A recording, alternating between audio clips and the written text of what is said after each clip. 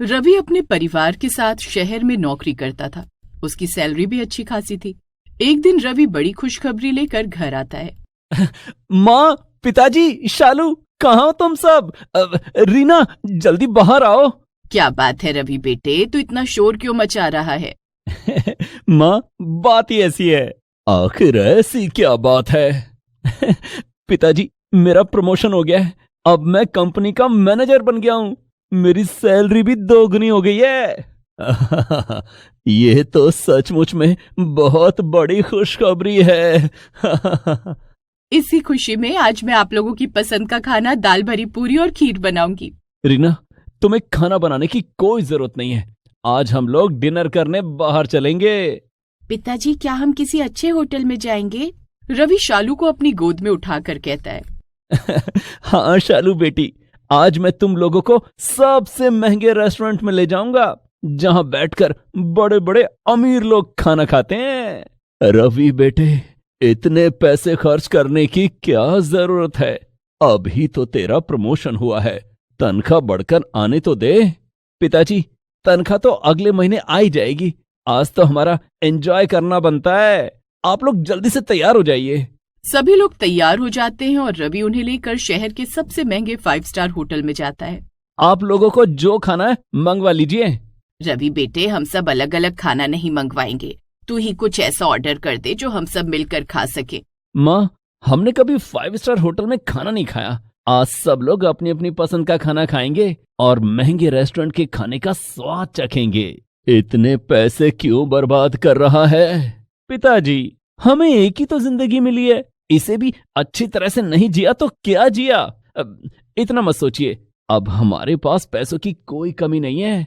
रवि के कहने पर सभी लोग अपनी अपनी पसंद का खाना खाते हैं। खाना बहुत महंगा था, जिसका बिल रवि क्रेडिट कार्ड से चुकाता है।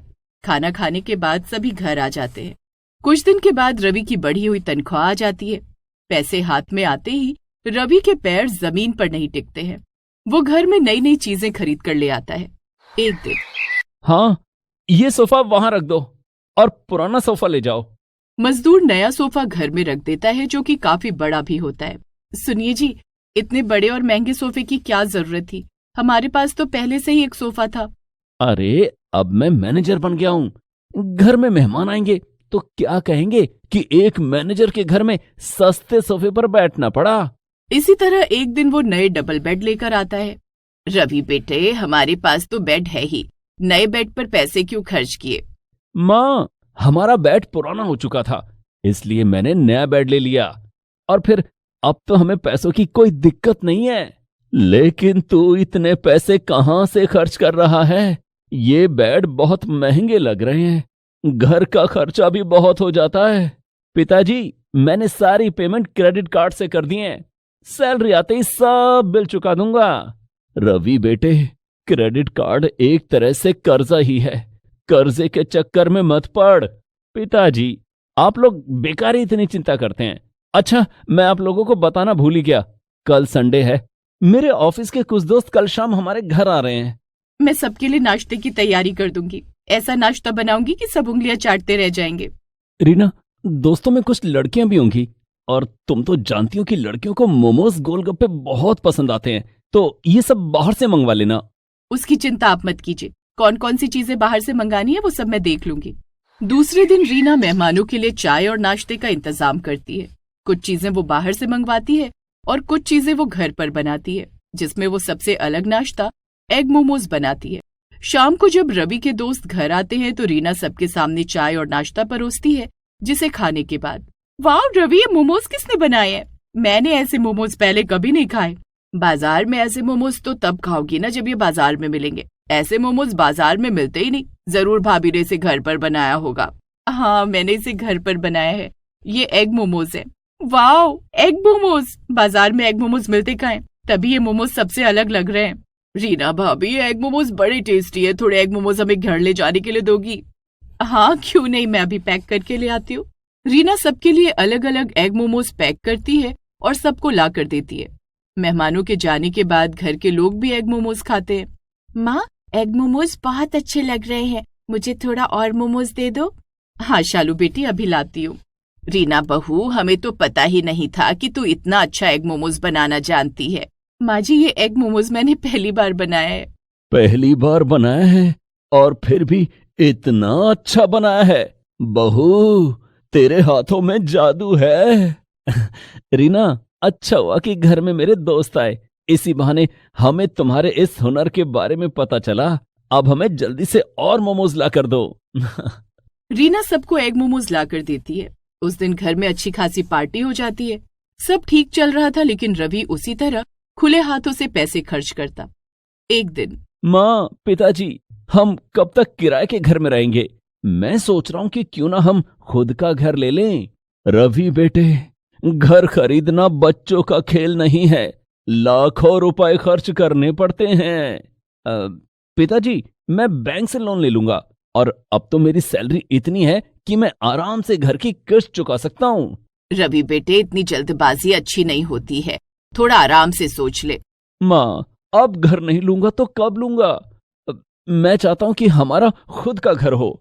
माता पिता के समझाने के बाद भी रवि नहीं मानता है और एक बड़ा सा घर खरीद लेता है, जिसकी ईएमआई उसकी सैलरी से कटने लगती है। नए घर में आकर सभी बहुत खुश थे, लेकिन एक दिन अचानक जब रवि ऑफिस से घर आता है। क्या बात है जी, आपकी तबीयत ठीक नहीं है क्या? रवि रीना की ओर देखता है और कुछ बोलने से पहले ही बेहोश हो जाता है। ये क्या हो गया आपको? माँ, बाबूजी! अपने कमरे से सुमित और तुलसी बाहर निकल कर आते हैं। वो रवि को अस्पताल लेकर जाते हैं, जहाँ उसका चेकअप होता है। इनके दिमाग ने तो काम करना बंद कर दिया है। इनके ब्रेन में ट्यूमर है। इनका जल्द से जल्द ऑपरेशन करना पड़ेगा। डॉक्टर साहब, आप जल्दी इनका ऑपरेशन कर दीजिए। डॉक्टर रवि को ऑपरेशन करता है, लेकिन ऑपरेशन के बाद भी रवि की हालत में ज्यादा सुधार नहीं होता। सभी उसे घर ले आते हैं। कुछ दिन के बाद, माँ, पिताजी, रवि तो कई दिनों से ऑफिस नहीं जा रहे हैं। मुझे डर है कहीं इनकी जॉब न चली जाए। शुभ शुभ बोल बहू, ऐसा हुआ तो हम सड़क पर आ जाएंगे। भगवान करे रवि जल्दी ठीक हो जाए। लेकिन रवि तो बेड पर बेसुध पड़ा रहता था। उसने बोलना चलना लगभग बंद कर दिया था। वो किसी को पहचान भी नहीं पाता था।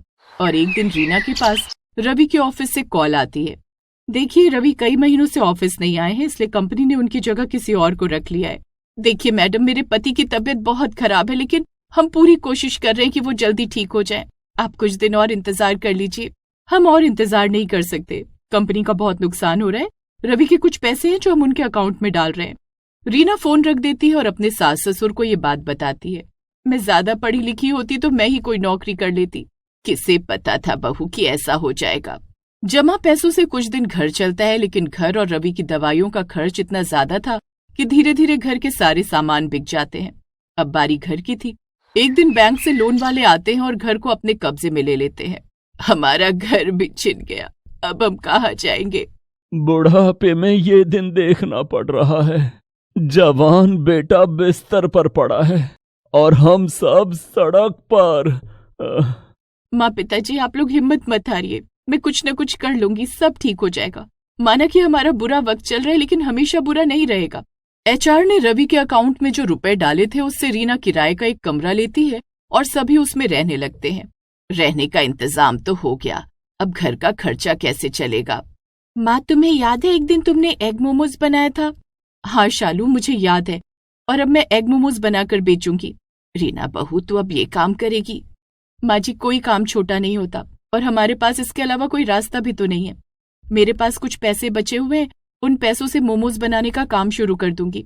रीना बचे हुए पैसों से एग मोमोज बनाने का काम शुरू करती है और उसे बेचने लगती है।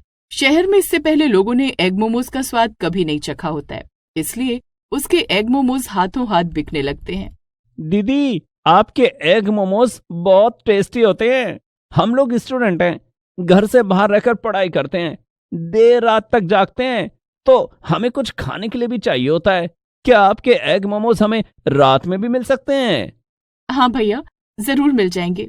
रीना अब दिन और रात दोनों वक्त एग मोमोज का ठेला लगाने लगती है, जिसमें सुमित और तुलसी भी उसकी मदद करते हैं।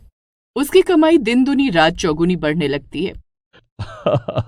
हमने सोचा भी नहीं था कि एग मोमोज का काम बढ़कर कारोबार में बदल जाएगा।